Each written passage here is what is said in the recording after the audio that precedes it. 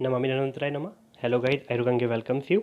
सो guys, अब अपने आयुर्गंगे channel के माध्यम से आज जो हम पढ़ेंगे वो हम कुमार भृत्य का एक टॉपिक है दंत जन्म के अध्याय, अर्थात दंत जो हमारे हैं तीत, उनका जन्म कैसे बच्चों में होता है उसके बारे में हम पढ़ेंगे। इस अध्याय में देखिए एक छोटा सा अध्याय है पर बहुत इंपॉर्टेंट है। बेसिक क्वेश्चंस आते हैं, पीजी में भी आते हैं, यूजी में भी क्वेश्चन एक ना एक क्वेश्चन जरूर मिलेगा आपको।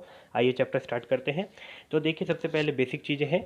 दीर्घ आयुष्य मतलब इसमें आचार्यों ने जो दंत हैं उनके निकलने के आधार पर, मतलब उनके बच्चों में कब वो दंत निकल रहे हैं उनके आधार पर बताया गया है कि वो कितने टाइम तक कैसा रहेगा।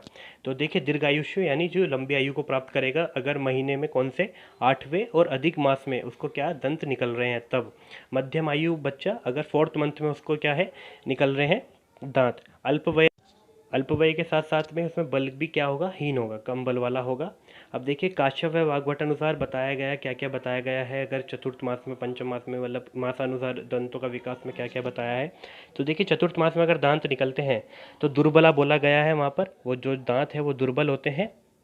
फिर बोला गया है भवन्ते आशु क्षयिणश्च मयम बहुलश्च, अर्थात शीघ्र गिरने वाले होते हैं और बहुत से रोगों से युक्त होते हैं, जो हमारे 4th मंथ के तीत होते हैं। अब देखिए 5th मंथ में अगर बात करें तो इस्यंदनाश्चे, दंत हिलने वाले होते हैं। प्रहर्षिश्चमयम बहुलाश्चे, हर्ष आदि अन्य रोगों से युक्त होते हैं।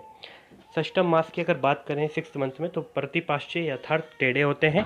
मल ग्रहणिश्चे मैले होते हैं। विवरणाश्चे, विवरण डिस्कलरेशन मिलेगा आपको वहाँ पर। गुण पदार्थाश्चे अर्थात कृमि द्वारा खाए हुए होते हैं। अगर आप षष्टम मास में उस बच्चे के दांत निकल रहे हैं तो ये आपको कैरेक्टर वहाँ देखने को मिलेंगे।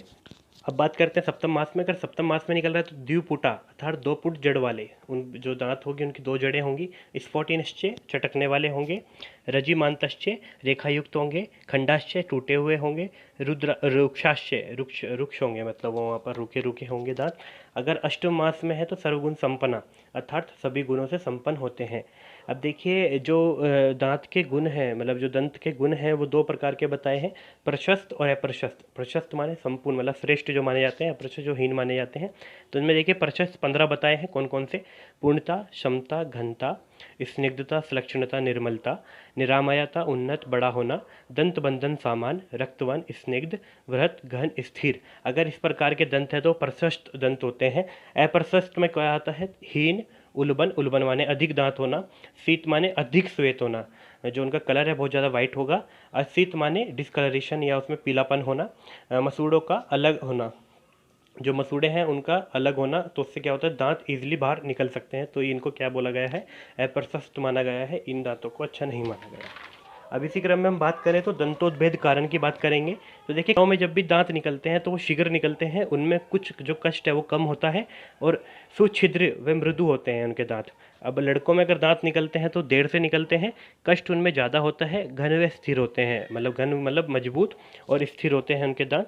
अब मूल कारण देखिए क्या क्या बताया है दंत उत्पत्ति के पीछे, तो विभिन्न आचार्यों ने बताया है। तो एग्जाम पॉइंट ऑफ व्यू से बहुत ज़्यादा इंपॉर्टेंट है, पीजी पॉइंट ऑफ व्यू से। वाग्भट ने कहा है कि अस्थि व मज्जा धातु के द्वारा जो हमारे दांत हैं वो निकलते हैं। काश्यप ने बोला है रक्त धातु के कारण, और माधव निदान ने बोला है पित्त के कारण, पित्त दोष के कारण माधव निदान कहते हैं कि इस कारण जो दंत का विकास है वो होता है। दंत नाम, संख्या व भेद। अब देखिए दंतों की नाम व संख्या और भेद को हम देखेंगे तो देखिए शक्करजात अर्थात जो दांत केवल एक बार निकलते हैं लाइफ में, 1 टाइम टीथ जो होते हैं वो 8 होते हैं। द्विज जो 2 बार निकलने वाले होते हैं वो 24 होते हैं। अब देखिए कौन कौन से आते हैं इनके अंतर्गत, तो देखिए राजदंत आते हैं सबसे पहले, बस्त आते हैं, दंष्ट्रा और स्वरूढ़। राजदंत यानी सेंट्रल इंसीजर्स, बस्त यानी लेटरल इंसीजर, दंष्ट्रा माने कैनाइन और स्वरूढ़ माने मोलर्स। तो देखिए इनमें आरबीडी यानी राजदंत, बस्त और दंष्ट्रा की संख्या 2 2 2 बताई गई है और स्वरूढ़ की संख्या 10 बताई गई है। तो आप नीचे देख पा रहे हैं आरबीडीएस, अगर आप इनको लिखकर टोटल करेंगे तो केवल एक साइड का है ये, तो उनको इंटू कर देंगे 2, तो 16 × 2 आप करेंगे तो 32 आपको टोटल वहाँ पर फॉर्मूला मिल जाएगा बेबी के जो टीथ हैं उनका। अब आगे देखिए इसी क्रम में हम बात करेंगे दंतोत्पत्ति में क्या क्या चीज़ें देखने को मिलती है आपको। सामुदक अगर दंत हैं तो वहाँ पर आपको दंत 6 मिलेगा, दंत सदैव गिरते रहते हैं। संवर्त अगर हैं तो मैले आपको मिलेंगे वहाँ पर, मतलब इनको टर्म्स क्या क्या दी जाती हैं ये देख रहे हैं आप। विव्रत कब कहा जाएगा? जब नित्य लालासरा व मैले होंगे दांत। और दंत संपत माने श्रेष्ठ, जो हमने अभी पढ़ा है श्रेष्ठ कब होते हैं? 8th मंथ में। तो वो सब चीज़ें बताई गई हैं दंतोत्पत्ति में। अब देखिए दंत विवरणता अर्थात डिस्कलरेशन ऑफ टीथ। तो यहाँ पर हम बात कर रहे हैं इनेमिल। इनेमिल जो होती है आउटर कवरिंग ऑफ टीथ होती है। तो उसमें क्या होता है, जब उसका विकास होता रहता है, जब वो डेवलप होता रहता है, तो उसमें क्या होता है, अगर वहाँ पर हमने टेट्रासाइक्लिन का ज़्यादा यूज़ कर लिया तो दांत हमारे पूरे और पीले बन के हो जाते हैं। इसमें ही हाइपोप्लेजिया हो जाता है। हाइपोप्लेजिया का मतलब होता है ग्रोथ रुक जाना टिश्यू वगैरह की। अब बाह्य तत्व में अगर बात करें, विकास क्रम के टाइम पर अगर कोई बाह्य तत्व आ गया तो वहाँ पर क्या हो जाती है, विवरणता हो जाती है। डिस्कलरेशन ऑफ टीथ आपको वहाँ पर देखने को मिलेगा। अब देखिए यहाँ पर अगर विकास क्रम हो रहा है और वहाँ पर क्या हेमोलाइसिस एकम्पनिंग एरिथ्रोब्लास्टोसिस फिटेलिस अगर वहाँ पर हो गया तो वहाँ पर कैसे दांत मिलेंगे आपको, वहाँ पर आप देखेंगे आपको दंत कृष्ण और नीलवन के दिखाई देंगे। तो ये बेसिक चीज़ें हैं इसके बारे में। अगर ऐसा हुआ तो इसको ही दंत विवरणता एक रोग बताया है, इसमें क्यों होता है ये। अब देखिए इनेमिल का जो कंप्लीट विकास है वो बताया गया है 8 ईयर तक हो जाता है, एज ऑफ 8 ईयर में कंप्लीट हो जाता है। अब इसमें चिकित्सा की अगर हम बात करें तो देखिए दंत की चिकित्सा हेतु एक सबसे महत्वपूर्ण चीज़ जो हमें सबको पता है, दातुन बताई जाती है। तो दातुन में आपको पता है कि दातुन होनी कैसी चाहिए, अष्टांग हृदय में हमने पढ़ा है। तो उसमें ही सबसे बेसिक चीज़ ये 12 अंगुल प्रमाण की जो दातुन है वो आपको वहाँ पर उस पेशेंट को करवानी है। तो इसमें दातुन ही बताई गई है मेन चिकित्सा। बाकी फर्दर जो भी रहेगा इस टॉपिक का, अगर आपको लगता है कुछ मिसिंग है तो आप कमेंट सेक्शन में डाल दीजिए, हमें बता दीजिए, हम उसको कवर कर लेंगे। मोस्टली यही चीज़ें पूछी जाती हैं जिनको हमने कवर किया है। पर अगर आपको लगता है तो आप कमेंट सेक्शन में डाल दीजिए। नोट्स आपको चाहिए तो आप कमेंट सेक्शन में आईडी डाल दीजिए।